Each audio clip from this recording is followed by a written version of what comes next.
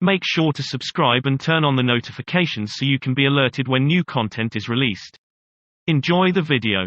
We think about vulnerability as a dark emotion. There are a lot of people who talk about positive emotions, negative emotions, dark emotions, light emotions. We think of vulnerability as a dark emotion. We think of it as the core of fear and shame and grief and disappointment, uncertainty, things that we do not want to feel, right? Things that I don't want to be vulnerable because that means I'm afraid. That means I'm uncertain. That means I'm at risk. I'm exposed. I'm in grief. So what we do is we armor up and we say, I do not want to slip into these dark emotions. I will not let myself be vulnerable. But here's what I learned from the research and certainly put into motion in my own life that was the most life-changing, is that vulnerability is the center of difficult emotion. But it's also the birthplace of every positive emotion that we need in our lives. Love, belonging, joy, empathy. How many of you would agree that we're in a serious empathy deficit in our culture today? Totally, right? No vulnerability, no empathy. In a culture where people are afraid to be vulnerable, you can't have empathy. Empathy is not a default response. If you share something with me that's difficult, in order for me to be truly empathic, I have to step into what you're feeling. And that's vulnerable. So there can be no empathy without vulnerability. Why do you think, in that example that I used a while ago, daughter comes home and says, tears, no one sat with me at lunch today. They made fun of what I was wearing. So-and-so won't talk to me. They poured my books out of my locker. And the response back is, I told you, I bought you all those cute jeans. Why aren't you wearing those jeans? And pull your hair back. Is that an empathic response? No, it's a shaming response.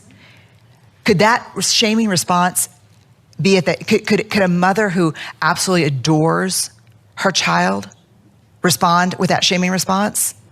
Please say yes. Don't kid yourself. I mean, come on. If you're a parent sitting in here, then you sure as hell know the answer to that is yes. But why? Why did that happen?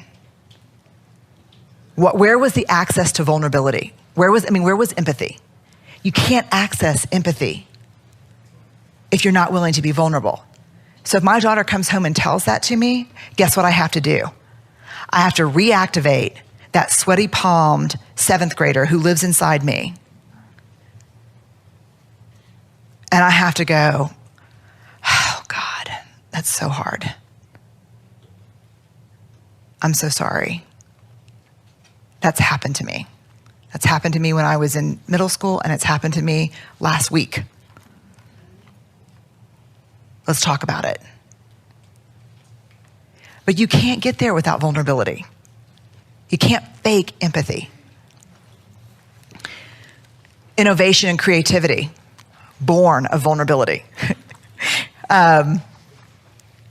This is my favorite part. I talked about this I did another TED Talk this year in Long Beach. And I told the story that during 2011 and even this year, after the big TEDx Houston talk went viral, the big calls came from Fortune 500 companies. Oh my God, we loved your TED Talk. It was great. Please come talk to all of our senior leaders. And it's like, okay, what do you want to talk about? Like, we don't care. Just come and talk to us. Just, if you could ixnay the shame and vulnerability talk. Every single conversation, barring maybe 10%. I was like, well, what do you mean? Well, we love, you're funny. You have this great research. I think there's a real fit with what we do. We don't really do, that kind of stuff around here. So if you could not mention vulnerability and shame. So just for fun, for grins, I would say, okay, so what would you like me to talk about? Yeah, fourth quarter earnings, freaking don't even balance my checkbook. I'm not going to talk about that. So what do you want me to talk about? Well, the big issue, creativity and innovation. And and change. We're going through a lot of change. Like, okay, so vulnerability is the birthplace of creativity, innovation, change. And the reason that crisis is happening is because you're not talking about vulnerability. Imagine creativity and innovation without vulnerability. I'm asking you for a work product that has never been made before, that's completely innovative. I need you to be creative, and I need you to present it to a group of people who are half of them are gonna think it's stupid and not understand it. No vulnerability there. Rule number 2, be authentic. When I do a lot of leadership work, I talk about understanding your personal values, and my 2 personal values are faith and courage. And so they say, don't talk about faith. It's inappropriate. This is a corporation. And then I do a lot of work in churches, and they'll say, don't cuss. And so I just got to the point where I'm like, look, I've sat across from thousands and thousands of people over the last 2 decades of my life, listening to the hardest things you can imagine.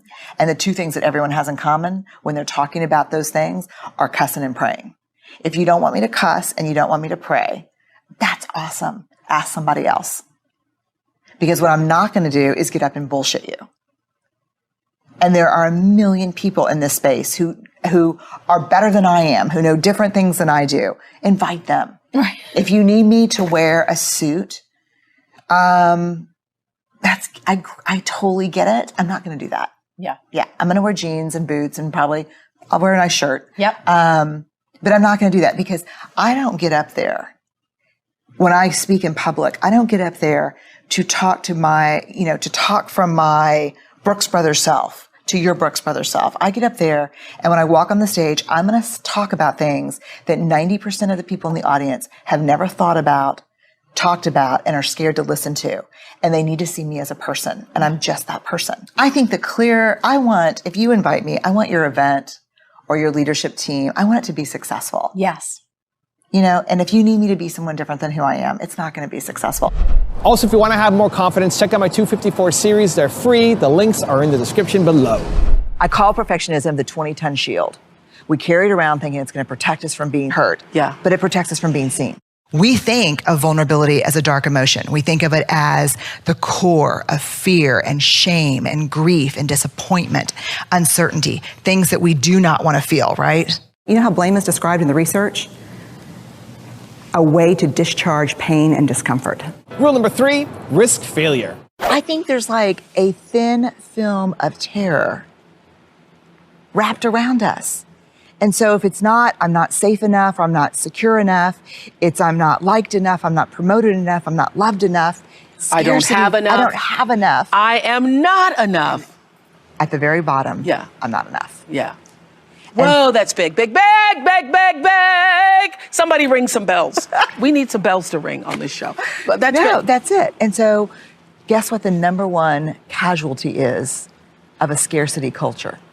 What? Vulnerability. We shut down. We shut down. Because I'm not going to let you know. No, because I'm already scared. I'm not right. all together. Right. Yeah, yeah. And the thing is that people are like, oh, well, we lose a little vulnerability. But vulnerability is not just about fear and grief and disappointment.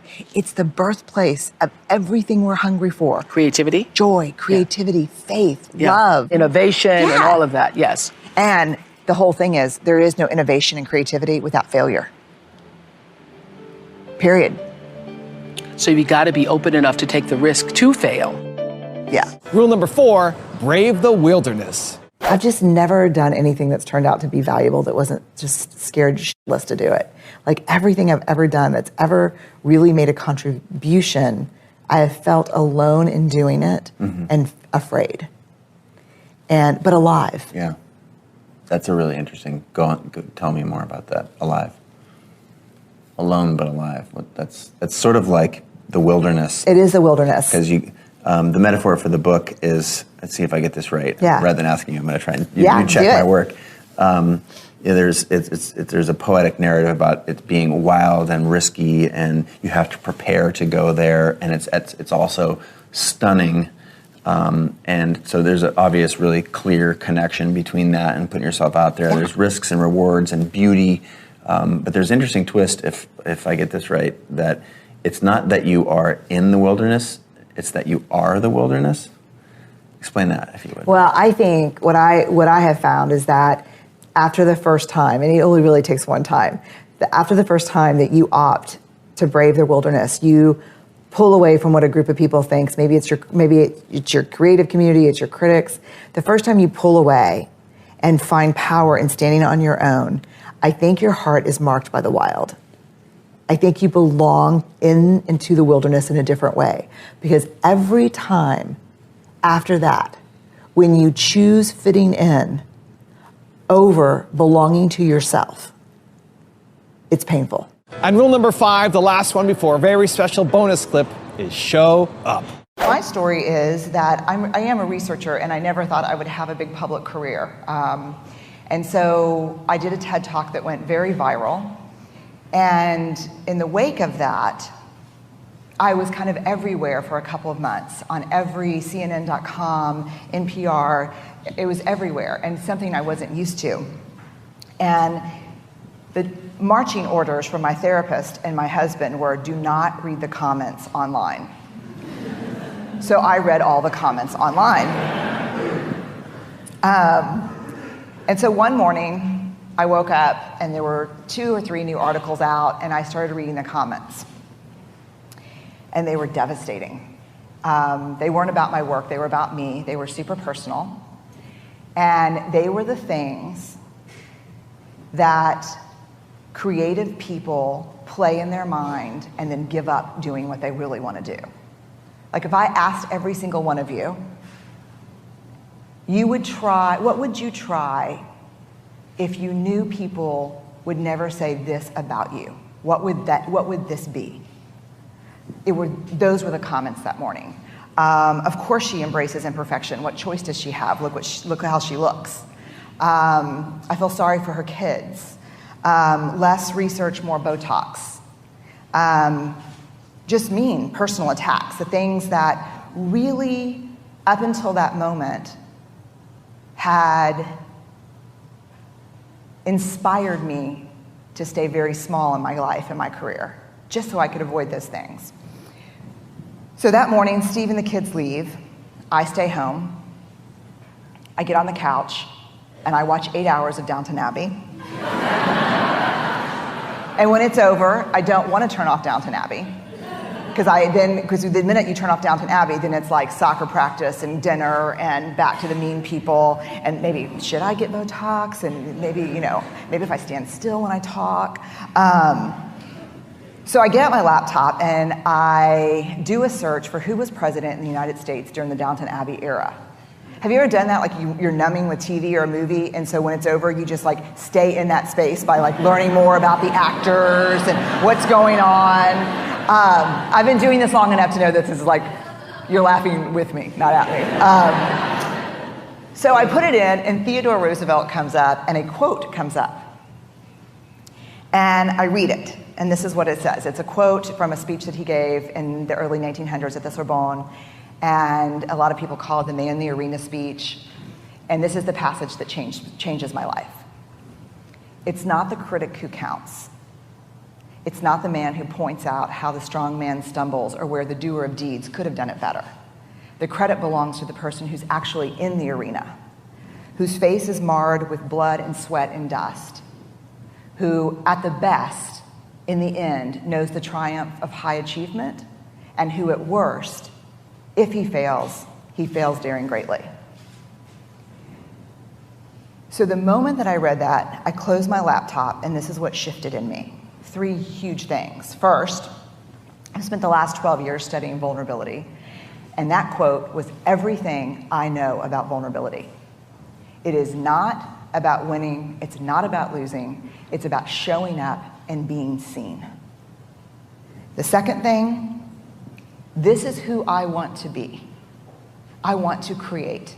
I want to make things that didn't exist before I touched them. I want to show up and be seen in my work and in my life. And if you're going to show up and be seen, there is only one guarantee, and that is you will get your ass kicked. That is the guarantee. That's the only certainty you have. If you're going to go in the arena and spend any time in there whatsoever, especially if you've committed to creating in your life, you will get your ass kicked. So you have to decide at that moment, I think for all of us, if courage is a value that we hold, This is a consequence. You can't avoid it. The third thing, which really set me free, and I think Steve, my husband, would argue has made me somewhat dangerous, is kind of a new philosophy about criticism, which is this. If you're not in the arena also getting your ass kicked, I'm not interested in your feedback. Period. That's it. Now, I've got a special bonus clip from Brene on how to not be a perfectionist that I think you're going to enjoy. But before that, it's time for the 3-point landing questions. Let's go from just watching a video to taking action. Here we go. Question number 1, where do you need to embrace vulnerability? Number 2, what failure do you need to risk today? And question number 3, how can you show up for yourself and your family this week? How many of you struggle with perfectionism a little bit? Okay, so my favorite story is that someone sent me an email one time that said, hey, I know you have a book on shame, not so interested in that, but if you ever write on perfectionism, I can't wait. So here's the secret. When perfectionism is driving, shame is always riding shotgun, and fear is the annoying backseat driver. Say it again. When perfectionism is driving, shame is always riding shotgun. We struggle with perfectionism in areas where we feel most vulnerable to shame. Does that make sense? So we're all comfortable saying, yeah, I'm a little perfectionistic, which is code for like I do things really well. But I'm not comfortable saying I have shame. But perfectionism, what is that? I call it the 20-ton shield. Here's what perfectionism really is. It's a way of thinking that says this: if I look perfect, live perfect, work perfect, I can avoid or minimize criticism, blame, and ridicule. Whoa, that's good. All perfectionism is the 20-ton shield that we carry around hoping that it'll keep us from being hurt. When in truth, what it does is it keeps us from being seen. And so we had a great talk about what's the difference between perfectionism. Yes, because somebody on my staff had the nerve to tell me that I was a perfectionist.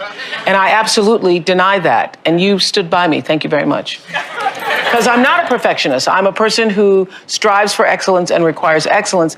There is a difference, is there not? There is a difference. Here's the difference. Because sometimes I'm a healthy striver. Yeah. And sometimes I'm a perfectionist. It depends on if I've got a worthiness crunch going on. So healthy striving is internally focused. It's I want to do this and be the best I can be. Perfectionism is not about what I want. Perfectionism is exactly what will people think.